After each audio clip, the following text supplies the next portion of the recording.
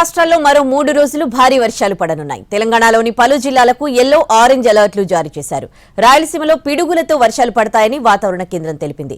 ఉత్తరాంధ్రలో తేలికపాటి వర్షాలు కురిసే అవకాశం ఉంది. రాష్ట్రాల్లో మరో 3 రోజులు భారీ వర్షాలు పడనున్నాయి. రాయలసీమ, ఉత్తర కోస్తాలో ఉరుములు మెరుపులతో వర్షాలు పడతాయని, ఉత్తరాంధ్రలో తేలికపాటి వర్షాలు పడతాయని వాతావరణ కేంద్రం అంచనా వేస్తుంది. దక్షిణ కర్ణాటక నుంచి తూర్పు విదర్భ వరకు ద్రోణి విస్తరించి ఉంది. మరోవైపు కొమరిన్ తీరంతో పాటు దక్షిణ తమిళనాడు పరిసరాల్లో ఉపరితల ఆవర్తనం కొనసాగుతుంది. అటు లక్షద్వీప్ వరకు ఉపరితల ద్రోణి ఉంది.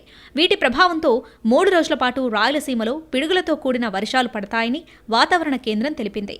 కోస్తాంధ్ర జిల్లాలో పిడుగులు పడే అవకాశం ఉందని అంచనా వేస్తున్నారు. పార్వతీపురం, మన్యం, అల్లూరి సీతారామరాజు, పశ్చిమ గోదావరి, అంబేద్కర్ కోనసీమ, ఏలూరు, కృష్ణా, ఎన్టీఆర్, గుంటూరు, పల్నాడు, బాపట్ల జిల్లాల్లో పిడుగులతో కూడిన వర్షాలు పడనున్నాయని అమరావతి విపత్తుల నిర్వహణ సంస్థ ప్రకటించింది.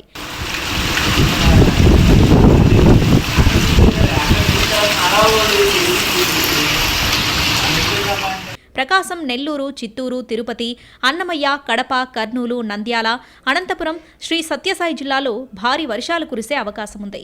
ఇటు తెలంగాణలో మరో 3 రోజుల పాటు వర్షాలు పడతాయని హెచ్చరించింది వాతావరణ కేంద్రం. ఈ నెల 20 వరకు తెలంగాణ జిల్లాలో మోస్తారు వర్షాలు కురుస్తాయని ప్రకటించింది. ఉమ్మడి ఆదిలాబాద్, ఖమ్మం, వరంగల్, కరీంనగర్, మెదక్, మహబూబ్ నగర్, నల్గొండ జిల్లాల్లో కొన్ని చోట్ల ఈదురు గాలులతో కూడిన భారీ వర్షాలు కురుస్తాయని హెచ్చరించింది. పలు జిల్లాలకు యెల్లో అలర్ట్, ఆరెంజ్ అలర్ట్లు జారీ చేసింది. హైదరాబాద్, జనగాం, ఖమ్మం, మహబూబాబాద్, మేడ్చల్, మల్కాజ్గిరి, నాగర్ కర్నూలు, నిజామాబాద్ జిల్లాలకు యెల్లో అలర్ట్ జారీ చేసింది. రంగారెడ్డి, సిద్దిపేట, యాదాద్రి భువనగిరి జిల్లాలకు యెల్లో అలర్ట్ ఇచ్చింది. నల్గొండ, సూర్యాపేట, వరంగల్, హన్మకొండకు ఆరెంజ్ అలర్ట్ ఇచ్చింది. తూర్పు విదర్భ పరిసర ప్రాంతాల్లో ఉపరితల ఆవర్తన ప్రభావంతో తెలంగాణలో వర్షాలు కురుస్తున్నాయి. ఇకపై ఉష్ణోగ్రతలు అంతగా ఉండకపోవచ్చని, వడగాలులుండవని చెబుతున్నారు అధికారులు. కురిసిన అకాల వర్షాలు తెలంగాణలో పంటలను మరోసారి ముంచేశాయి. ఈదురుగాలులకు పలు జిల్లాల్లో పంటలకు తీవ్ర నష్టం వాటిల్లింది.